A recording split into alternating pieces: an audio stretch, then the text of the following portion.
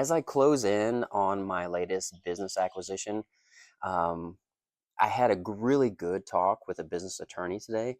So if you guys have seen my recent post, you'll know that, I had an opposite experience with an accountant and I had to fire this accountant. She didn't know what she was doing. She gave me a lot of bad information. And it was just, I don't know, it was really kind of discouraging actually.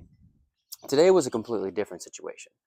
So I was looking for a new business attorney because my last one made a lot of mistakes in the contracts, and I was just over it. So I talked to somebody today. This guy has done tens of millions of dollars in business acquisition.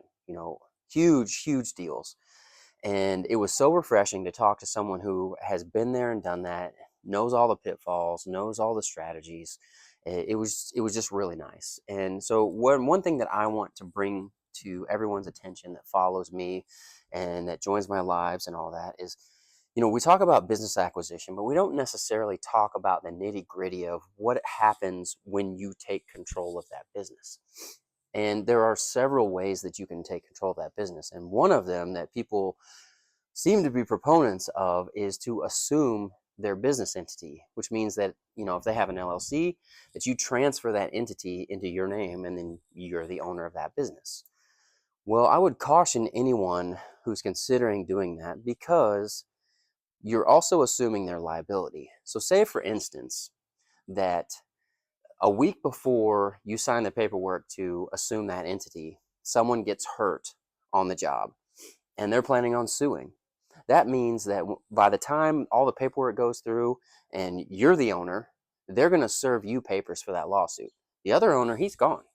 They're they're long gone. They're not worried about it. So that's the difference between assuming an entity or having an asset sale. If you just buy the assets and you put all of that in your own LLC or whatever entity you choose, and then you do a doing business as the old name, then it's the same thing. So you lose out on a little bit of the history of the business and some of the, financial recording that's happened over the years, but you keep yourself safe from lawsuits. And that is huge. So just be very careful in one, the professional that you trust, and two, how you actually acquire these businesses. So if you're interested in this process and learning more, click the link in my bio, join the community. I'm ready to help you buy your own business and reach passive cash flow every month to where you don't have to worry about anything. Buying businesses changed my life, um, and I'm never going back.